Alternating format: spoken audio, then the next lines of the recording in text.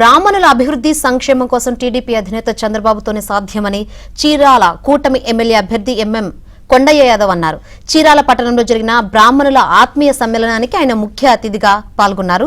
ఈ సందర్భంగా బ్రాహ్మణ సంఘం ప్రతినిధులు కొండయ్యను పూలమాలలతో శాలువాలతో సత్కరించారు. జగన్ పాలనలో ఆలయ అర్చకులపై దాడులు జరిగాయని కొండయ్య యాదవ్ మండిపడ్డారు. బ్రాహ్మణులకు కూటమి ప్రభుత్వం అండగా ఉంటుందన్నారు. కూటమి ప్రభుత్వం రాగానే బ్రాహ్మణ కార్పొరేషన్ ద్వారా ప్రత్యేక నిధులను కేటాయిస్తామని తెలిపారు. చీరాల అభివృద్ధి కోసం సైకిల్ గుర్తుపై ఓటు వేసి తనను గెలిపించాలని కొండయ్య యాదవ్ కోరారు. నియోజకవర్గంలో అన్ని వర్గాల ప్రజలకు నిత్యం అందుబాటులో ఉంటూ ప్రజల అభ్యున్నతికి కృషి చేస్తానని హామీ ఇచ్చారు.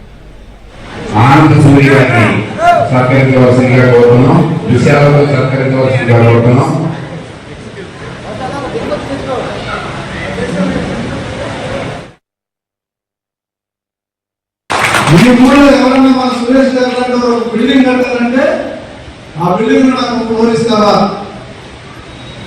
లేదా ఈ ఊళ్ళో ఏదో ఒక చిన్న పని చేయాలంటే నాకేమిస్తారు? ఇటువంటి దౌర్భాగ్యం గత 15 సంవత్సరాలుగా నడిచింది.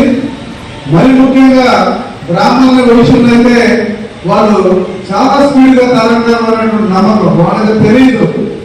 వీళ్ళు తలుచుకుంటే ఏం చేయగలరన్న విషయం వాళ్ళకి తెలియక వాళ్ళు ఆ రకంగా ప్రవర్తించారు. జగన్మోహన్ రెడ్డి ఆలోచనలు ఒకసారి మనం ముందుకు తీసుకెళ్తే ఆయన ఏం చేశాడన్నది మనం ఒకసారి గుర్తుపెట్టుకోవాలి. సమాజంలో ఏ వర్గాన్ని తక్కువ చేసి మాట్లాడాల్సిన అవసరం మనకి లేదు. ఎవరికి ఎవరు దేని గదువులో అది ఆలోచించకుండా సమాజం తరలింపులయ్యే విధంగా సొసైటీ అంటే లెక్క చేయకుండా సమాజంలో పెద్దలంటే కూడా లెక్క చేయకుండా తన ఇష్టానుసారంగా ప్రవర్తించాడు. కాబట్టి 30 ఏళ్ళు ఉండాలన్న నాయకుడు 5 సంవత్సరాలు కూడా నిలబడలేని స్థితికి ఈరోజు జగన్మోహన్ రెడ్డి గారు